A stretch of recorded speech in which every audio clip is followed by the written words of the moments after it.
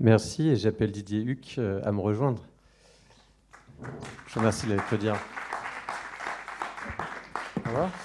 Bonsoir à tous. Donc, effectivement, je dirige Film Paris Région, qui est une partie de Choose Paris Région. Choose Paris Région, c'est l'agence d'attractivité internationale pour les talents, on en a parlé. Pour les investisseurs internationaux, on en a parlé. Pour les producteurs et les films français et internationaux, nous en parlons. Et puis, nous parlerons ensuite, effectivement, sur un sujet plus tourisme, d'impressionnisme.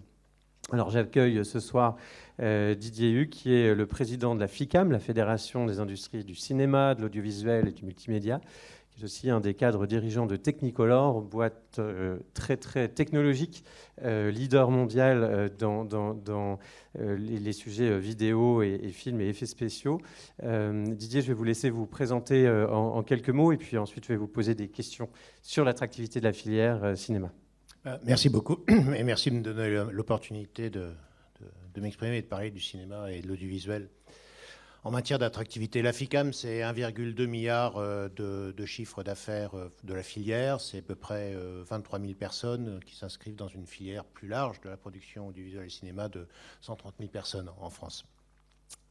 Et les industries techniques, la FICAM, ce sont les industries techniques. Ça va du tournage au doublage, en passant par la post-production, images, son, les effets visuels, les services d'animation, les services de sous-titrage, la distribution. Et donc 82% de l'activité est faite en Île-de-France. Donc, pour donner grosso modo une répartition entre Île-de-France et le reste de la France. Donc c'est quand même très très concentré. Technicolor, c'est un leader dans les effets visuels et dans les services d'animation, mais aussi sur un certain nombre de métiers qui sont un peu moins connus, comme la création muséale, visuelle muséale. On a fait l'hôtel de la Marine, les miroirs tournants, on a fait le Mucem, on a fait un peu moins loin la Cité de la langue française, à Villers-Cotterêts. Donc ce sont des services, tout ce qui va mettre en avant effectivement la transformation de l'image, effets visuels, animation, production de séries d'animation, et donc que ce soit pour des films, pour la publicité, pour la fiction. En fait, le message qu'on vous passe ce soir, c'est que la filière image, c'est avant tout une filière économique. C'est 12 milliards de contributions au PIB de la France, c'est 350 000 emplois en France, dont plus de la moitié en Île-de-France.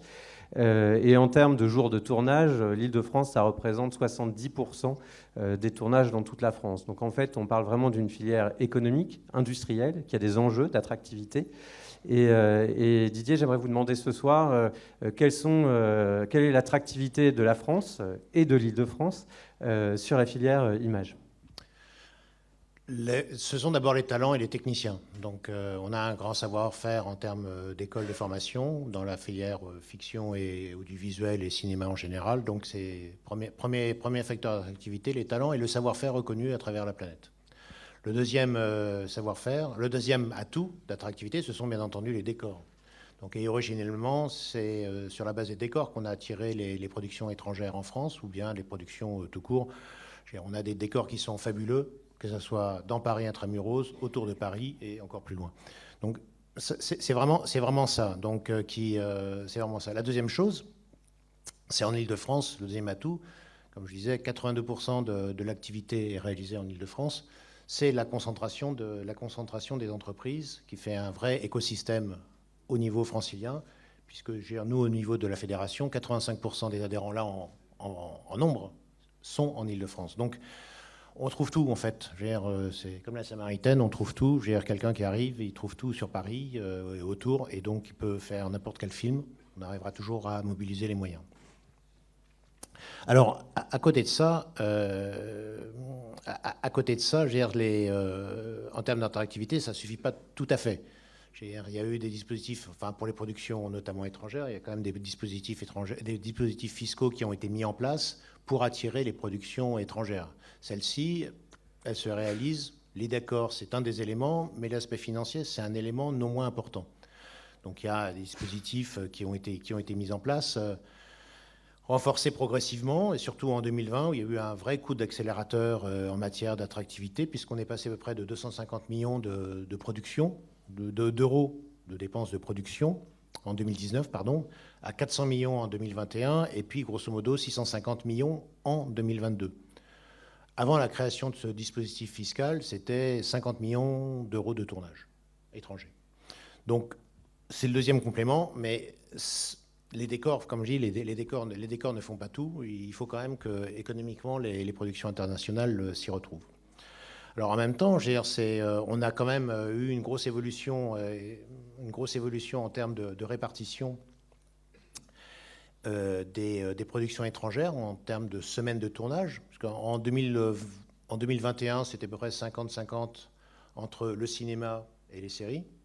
En 2022, on est plutôt passé à 2 tiers séries, 1 tiers film. Et en 2023, c'est plutôt 80-20.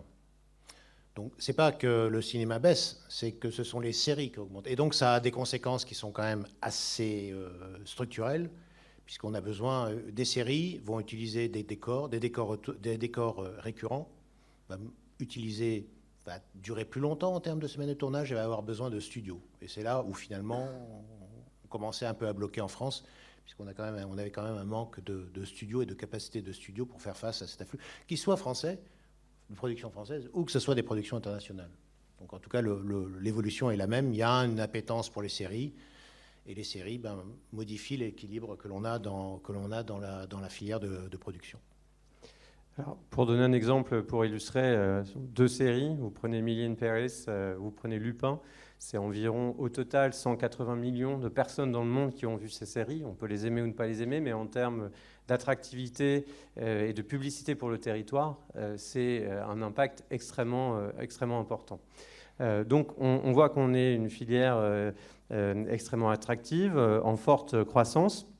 Et néanmoins, je crois qu'il y a des enjeux en ce moment en termes d'attractivité, en ce moment et pour les mois et les années qui viennent. Est-ce que vous pouvez nous parler de ces enjeux qui peuvent nous permettre de rester attractifs ou de ne plus l'être à l'avenir? Alors, il y a 3 enjeux. Il y a 3 enjeux. Il y a un enjeu d'infrastructure, de capacité, il y a un enjeu de formation et un enjeu fiscal. On va les prendre dans cet ordre-là. Quand même, rappeler un peu l'aspect économique quand même de l'attractivité des productions internationales. J'ai cité, c'est à peu près, c'était en 2021, c'était 400 millions de dépenses directes, mais quand on prend toutes les dépenses directes, indirectes et induites, c'était plus proche de 800 millions.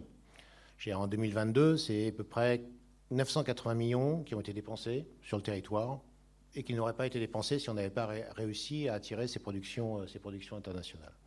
Donc l'enjeu est économique, est très important, parce que c'est quelque chose qui, de toute façon, serait dépensé quelque part dans la planète, autant que ça le soit en France, compte tenu des retombées.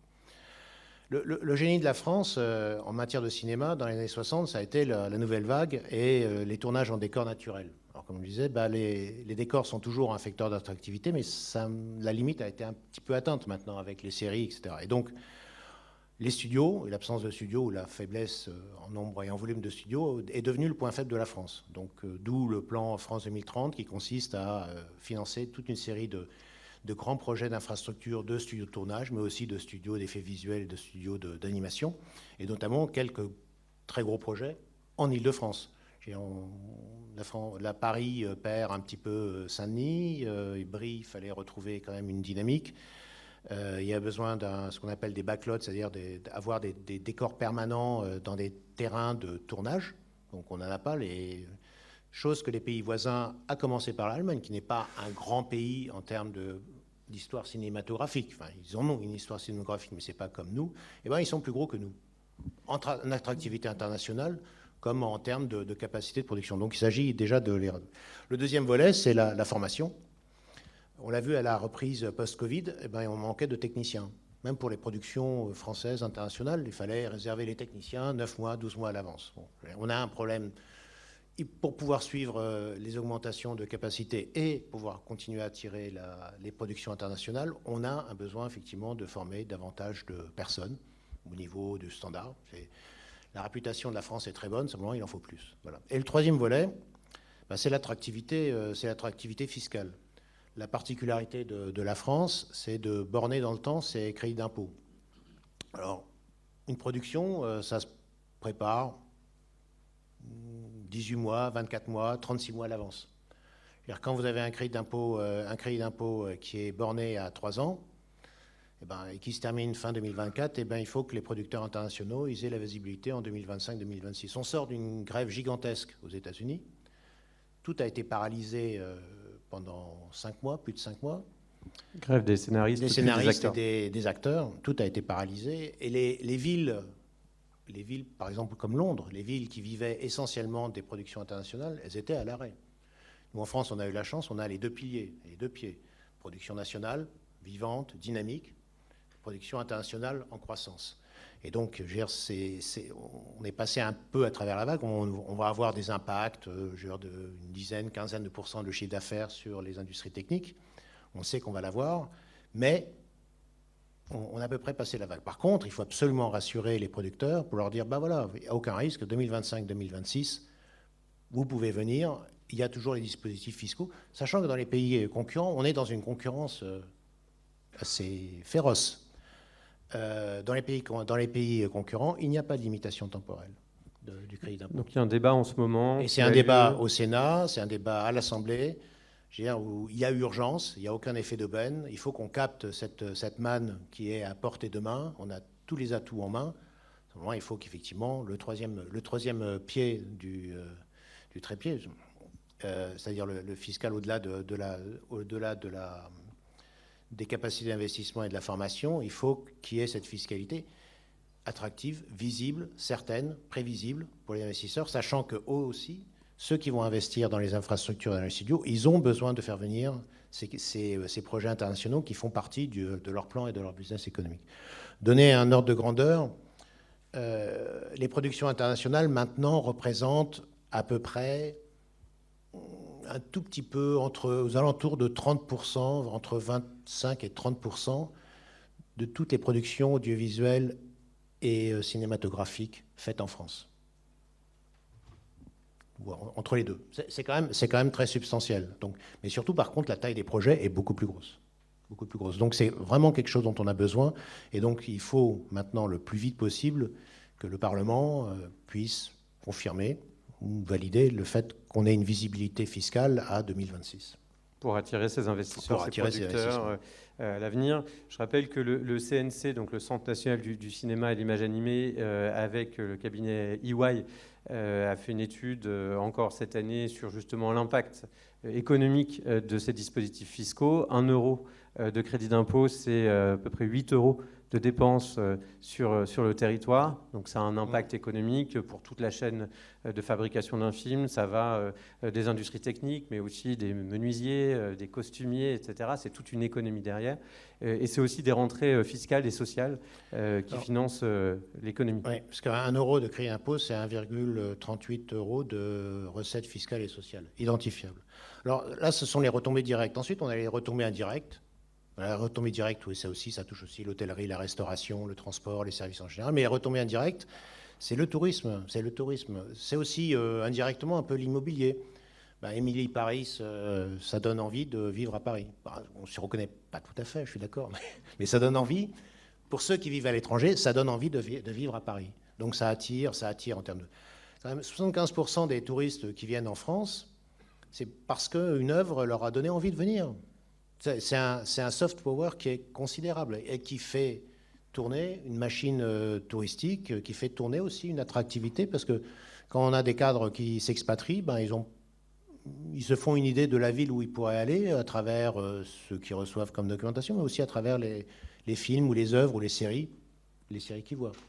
Et les séries, de ce côté-là, la multiplication des séries est un fabuleux outil de promotion et d'attractivité de notre pays sur l'imaginaire que l'on projette. C'est vraiment ce qu'ont fait les Américains par rapport dans les années 50. Nous, on peut le faire à travers, en partie, plus modestement.